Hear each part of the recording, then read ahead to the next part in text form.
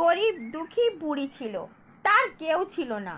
সে সকালবেলা রোজ ভিক্ষে করতে যেত আর সন্ধ্যাবেলা বাড়ি ফিরে আসতো। যা দিনের শেষে সারাদিন ভিক্ষে করতো, চাল পয়সা, সেটা দিয়ে তার দিন চলে যেত। বাবা, ভিক্ষে করাও খুব কষ্টের একটা কাজ। সেই সকালবেলা বেরিয়েছি, সারাদিন এই রোদের মধ্যে ঘুরতে ঘুরতে আমার পা ব্যথা করছে।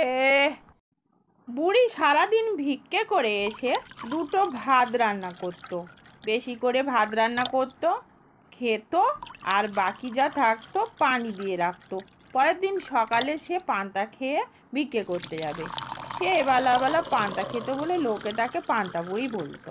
হঠাৎ একদিন তার গ্রামে একটা চোর এসে পড়ে।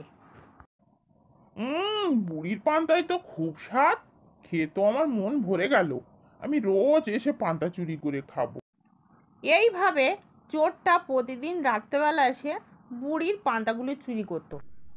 বাবা গো, এত কষ্ট করে ভিক্ষে করে এনে আমি পান্তা করে রাখি, রোজ আমার চোরে পান্তা খেয়ে নিচ্ছে।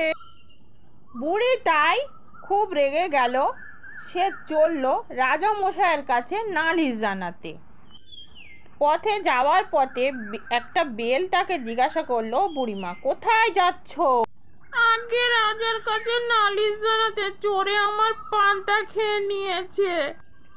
যাওয়ার সময় আমাকে নিয়ে যেও। ও বুড়িমা, কোথায় চললে গো এই ভোর দুপুরে? আগে আমার পান্তাগুলো রোজ রোজ চোরে চুরি করে খেয়ে নিচ্ছে, তাই আমি যাচ্ছি রাজা মশাইয়ের কাছে নালিশ করতে। ঠিক আছে, যাওয়ার পথে আমাকে নিয়ে যেও। বুড়িমা আবার গুটি গুটি পায়ে জঙ্গলের রাস্তা দিয়ে চলতে লাগলো। তখন একটা ছুঁচ জিজ্ঞাসা করলো, ও বুড়িমা, কোথায় যাচ্ছ? চোরে আমার পান্তা খেয়ে নিয়েছে, তাই রাজার কাছে নালিশ জানাতে যাচ্ছি। যাওয়ার সময় আমাকে নিয়ে যেও। আচ্ছা, নিয়ে যাব। বুড়িমা আবার হনহনিয়ে জঙ্গলের রাস্তা দিয়ে চলতে লাগলো। তখন আবার একটা ছুরি বুড়িমাকে জিজ্ঞাসা করলো, ও বুড়িমা, হনহনিয়ে কোথায় চললে গো? বুড়িমা এবার কিন্তু ভালোভাবে আর কারোর সাথে কথা বললো না। খুব রেগে গেল বুড়িমা। তখন বুড়িমা রেগে গিয়ে বলল, আমি যেখানে যাই, যা খুশি করি, তাতে তোদের অত চিন্তা কিসের বাপু? তোরা তোদের মতো থাক না, আমার যেতে দে। ও বুড়িমা, রাগ করো না, যাওয়ার সময় আমাকে নিয়ে যেও, তোমার কাজে আসবো। বুড়িমা আবার যেতে লাগলো। যেতে যেতে একটা কুমিরের সাথে দেখা। ও বুড়িমা, এত হনহনিয়ে এই ভোর দুপুরে তুমি কোথায় চললে গো? একটু দাঁড়াও, আমাকে বলে যাও বুড়িমা। এই বেটা হতচ্ছাড়াগুলো, তোদের এত কিসের রে? আমি যেখানে খুশি যাই না, তোদের অত চিন্তা কিসের? আমাকে যেতে দে, জ্বালাস না বলছি। ঠিক আছে বুড়িমা, রাগ করো না, চলে যেও না, আমাকে নিয়ে যেও। বুড়িমা শেষমেশ রাজার দরবারে এসে পৌঁছে গেল। পৌঁছে গিয়ে যেই না ঢুকতে যাবে, রাজার দুই সেনাপতি বুড়িমাকে আটকালো। ও বুড়িমা, তুমি তড়িঘড়ি করে এত হনহনিয়ে কোথায় যাচ্ছ? আরে বাবা, পান্তা খেয়ে নিয়েছে চোরে, তাই রাজা মশাইয়ের কাছে নালিশ করতে এসেছি। কিন্তু রাজামশাই তো রাজ্যের বাইরে আছে, এখানে নেই তো। বুড়িমা আসার পথে সঙ্গে কুমির, মাগুর মাছ, সুঁই, বেল, ছুরি সমস্ত কিছু সঙ্গে করে নিয়ে আসলো। এইবার চোর বেটাকে জব্দ করব। প্রতিদিনের মতো রাত্রে ঠিক চোরটা গুটি গুটি পায়ে বুড়ির বাড়ির দিকে চলে এলো এবং বুড়ির বাড়ি যে পান্তা থাকে খাওয়ার জন্য এগিয়ে গেল।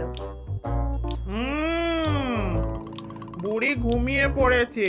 সারাদিন বুড়ো মানুষ তো ভিক্ষে করে বেড়ায়, রাতে একদম নাক ডাকিয়ে পান্তা খেয়ে ঘুমান।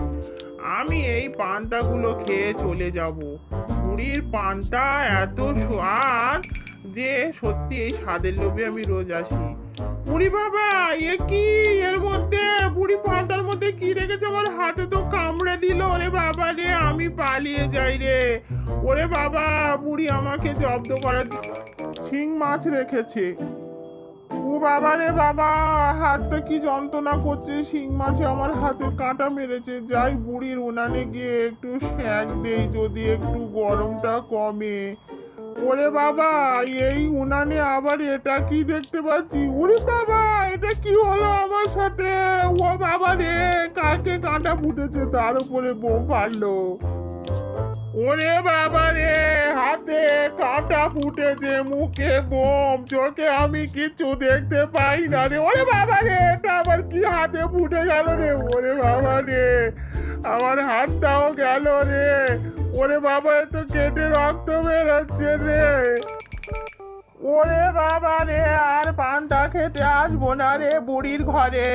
আমি তাড়াতাড়ি বাড়ির দিকে পালিয়ে যাই রে। ওরে বাবা, এটা কি হলো? ঘাসের মধ্যে কি ছিল রে বাবা?